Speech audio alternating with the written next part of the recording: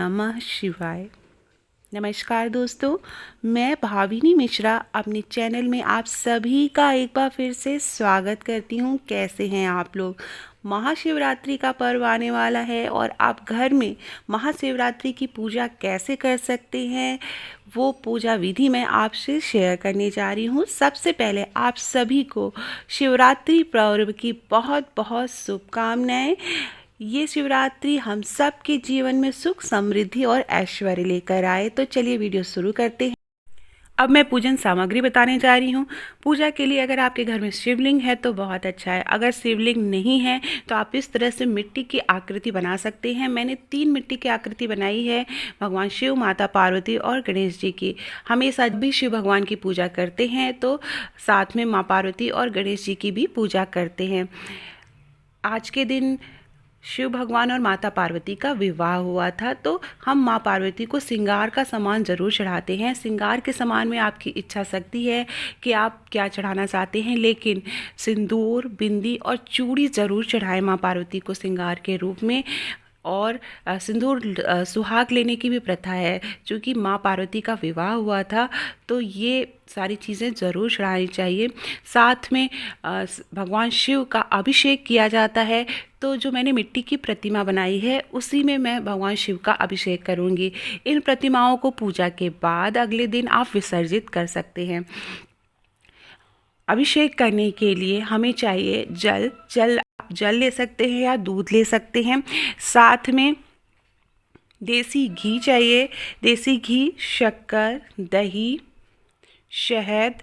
तो ये सारी चीज़ें जो है अभिषेक करने के लिए चाहिए। देखिए ये दूध है और चावल चाहिए अक्षत के रूप में। अष्टदल कमल स्थापित करेंगे, कलश स्थापित करेंगे तो उसके लिए चावल चाहिए।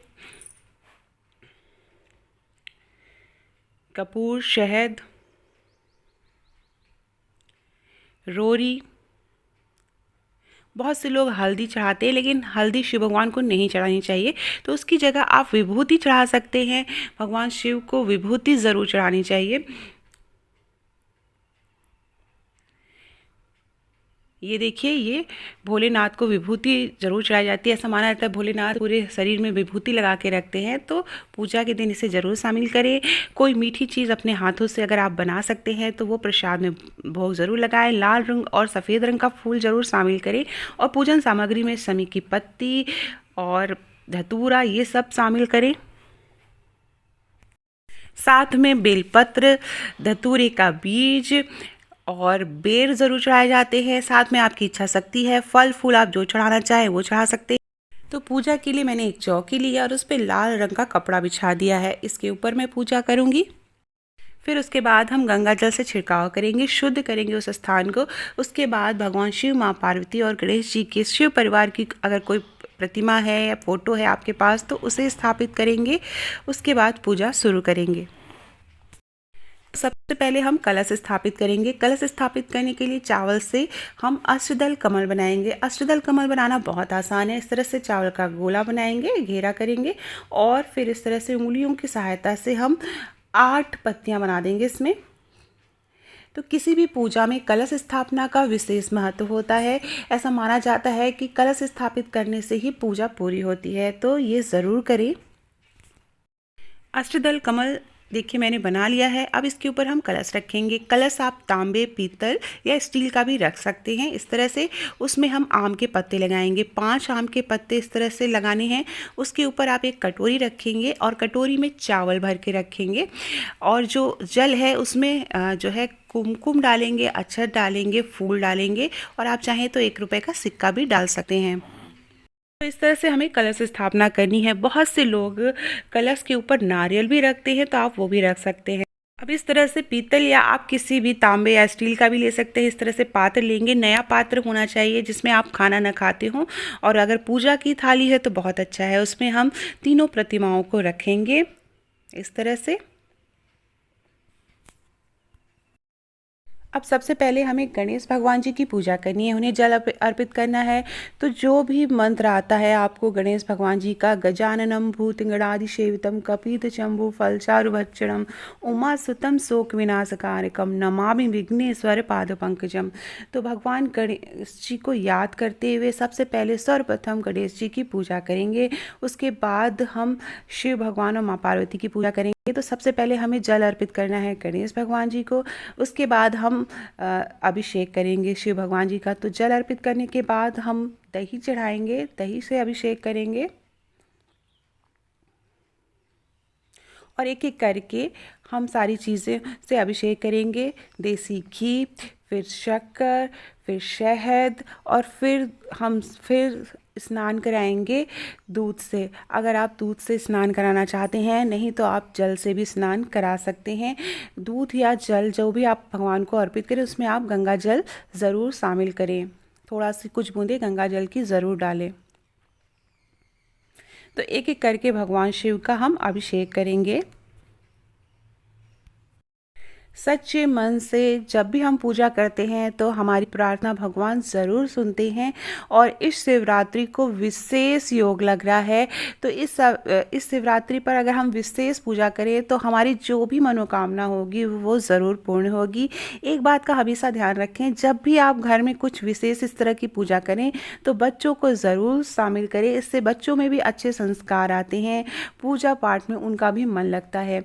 उसके बाद अभिषेक करेंगे, स्नान कराएंगे, दूध चढ़ाएंगे और फिर अंत में हम गंगा जल या जल अर्पित करेंगे भगवान को। अब उसके बाद हम कुमकुम लगाएंगे, भगवान गणेश को सबसे पहले कुमकुम लगाएंगे। उसके बाद जो हमने कलश स्थापित किए हैं वहाँ पे कुमकुम अक्षत चढ़ाएंगे। जो प्रतिमा हमारे सामने रखी है उनकी पूजा करेंगे, उसमें भगवान शिव, माता पार्वती, गणेश जी को हम कुमकुम लगाएंगे, अक्षत चढ़ाएंगे। जो हमने प्रतिमाएं बनाई हैं उनमें भी हम कुमकुम और अक्षत चढ़ाएंगे। माँ पार्वती को कुमकुम की जगह सिंदूर चढ़ाना है, वो अभी हम बाद में करेंगे। तो इस तरह से जैसे आप पूजा करते हैं उसी तरह हम पूजा करेंगे। पूजा करते समय ओम नमः शिवाय, ओम गणेशाय नमः का उच्चारण जरूर करते रहें, मंत्रों का जाप करते रहें। भगवान शिव को विभूति ज़रूर चढ़ाएंगे। उसके बाद हम फूल माला अर्पित करेंगे। माँ पार्वती को सिंदूर चढ़ाएंगे। सिंदूर आपको अच्छे से चढ़ाना है क्योंकि आप पूजा के बाद आपको सुहाग लेना है, तो चुटकी भर सिंदूर ज़रूर चढ़ाएंगे। भगवान गणेश को भी आप सिंदूर चढ़ाएंगे। माँ पार्वती को सिंदूर चढ़ाते समय आप 5 या 7 बार सिंदूर चढ़ाएं। जो सामने फोटो है उस पर भी लगाएंगे। कार्तिकेय भगवान जी की भी पूजा की जाती है, जैसा कि मैंने बताया शिव परिवार की पूजा की जाती है। भगवान गणेश को दुर्वा चढ़ाएंगे और भगवान शिव को हम बेलपत्र चढ़ाएंगे। बेलपत्र में आप विशेष ध्यान दें, 3 पत्तियां साथ में होनी चाहिए और कहीं से कटी फटी नहीं होनी चाहिए। छोटी छोटी पत्तियां हो तो अच्छा है। 11 या 21 इस तरह से बेलपत्र चढ़ाना होता है। फूल चढ़ाएंगे भगवान गणेश को। माँ पार्वती को लाल रंग का फूल चढ़ाएंगे। भगवान शिव को सफ़ेद रंग का फूल चढ़ाएंगे। जो सामने प्रतिमा रखी है वहाँ पर फूल माला चढ़ाएंगे और जो हमने कलश स्थापित किया है उनकी भी पूजा करेंगे, वहाँ पे भी हम फूल चढ़ाएंगे। तो इस तरह से सब हमें अब फूल अर्पित करना है। उसके बाद भगवान शिव को धतूरा, समी की पत्ती और बेर, जो भी चीज़ें आप पूजा सामग्री आपको किसी भी फूल की दुकान पे मिल जाती है शिवरात्रि के दिन, तो आप वो सारी चीज़ें आप ज़रूर चढ़ाएं, पूजा में शामिल करें। धतूरे का बीज हमेशा खोल के चढ़ाना चाहिए। जितने भी आप बेलपत्र चढ़ाएं तो ओम नमः शिवाय का उच्चारण करते हुए चढ़ाएं। हो सके तो बेलपत्र में आप कुमकुम ज़रूर लगा के फिर चढ़ाएं। तो जैसा मैंने बताया बेलपत्र जो है वो ऑड संख्या में होना चाहिए, जैसे कि आप 11 या 21 बेलपत्र इस तरह से आप चढ़ा सकते हैं। तो भगवान शिव की पूजा में बेलपत्र का विशेष महत्व है। इस समय धतूरे के बीज मिलते हैं, धतूरा ज़रूर चढ़ाते हैं, धतूरे की पत्ती चढ़ाते हैं और जो भी फूल कनेर का फूल होता है वो चढ़ाते हैं। शमी की पत्ती चढ़ाएंगे। तो सच्चे मन से पूजा करनी है। वीडियो देखते रहिए और पसंद आए तो रेड बटन है उस पर क्लिक करेंगे तो मेरा चैनल सब्सक्राइब हो जाएगा। बगल में बेल आएगी, बेल पे क्लिक करेंगे तो 3 ऑप्शन आएंगे। ऑल पे क्लिक करेंगे तो सारे वीडियो की नोटिफिकेशन आप तक पहुंच सकेंगे। तो बहुत से लोग इस दिन माँ पार्वती को साड़ी चढ़ाते हैं और वो फिर दान दे देते हैं। तो आप साड़ी नहीं चढ़ा सकते तो इस तरह से लाल रंग का वस्त्र आप भगवान को पहनाएंगे इस तरह से। इसके बाद माँ पार्वती को श्रृंगार का सामान चढ़ाना है। जैसा कि मैंने बताया आपकी इच्छा पे है। बिंदी, सिंदूर और चूड़ी ज़रूर चढ़ाएं। ये विशेष है, सुहाग का सामान है। बाकी आपकी इच्छा है, जो भी चीज़ें आप चढ़ाएं उसे आप बाद में किसी सुहागिन को या पंडिताइन को आप दान दे सकते हैं।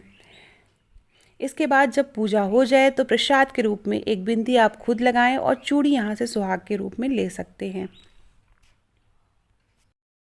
उसके बाद दीपक जलाएंगे, घी का दीपक जलाएंगे या आप तिल के तेल से भी दीपक जला सकते हैं। धूपबत्ती जलाएंगे, अगरबत्ती जलाएंगे और पूजा करेंगे। दीपक जलाने के बाद आपको जो भी पढ़ना है, जैसे चालीसा पढ़नी है, शिव चालीसा पढ़नी है, माँ पार्वती की पूजा करनी है, भजन कीर्तन करना है या कोई मंत्र आता है, कोई जाप करना है तो वो आप कर सकते हैं। उसके बाद आप आरती पढ़ेंगे। अगर आप शिवरात्रि का व्रत हैं तो शिवरात्रि व्रत कथा ज़रूर पढ़ें। तो शिवरात्रि की व्रत कथा है, माँ पार्वती और भगवान शिव की विवाह का प्रसंग है पूरी कथा में, तो आप वो ज़रूर पढ़ें या सुने। उसके बाद भोग लगाएंगे। भोग में कोई मीठी चीज़, फल फूल जो भी आप आपकी इच्छा शक्ति है वो अर्पित करेंगे। केला, सेब और कोई मीठा आप खीर बना सकते हैं या कोई भोग या प्रसाद या लड्डू, मिठाई जो भी आप बना सकते हैं वो आप अपने हाथों से बना के भगवान शिव, माँ पार्वती को ज़रूर अर्पित करें।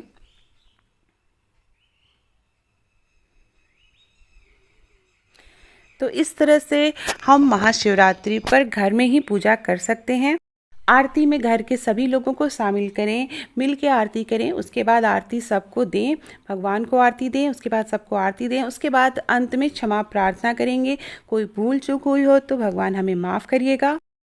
फिर सुहाग लेंगे। सुहाग लेने का तरीका मैंने बताया है। जो भी सिंदूर आपने 5 या 7 बार चढ़ाया था उतने बार अपने माथे पे लगाएंगे। फिर हाथ धोकर वापस आप 7 या 5 बार सिंदूर चढ़ाएंगे। तो इस तरह से सुहाग लिया जाता है। तो दोस्तों के बीच वीडियो शेयर करिए, कमेंट ज़रूर करिएगा, लाइक करिए। Thank you for watching.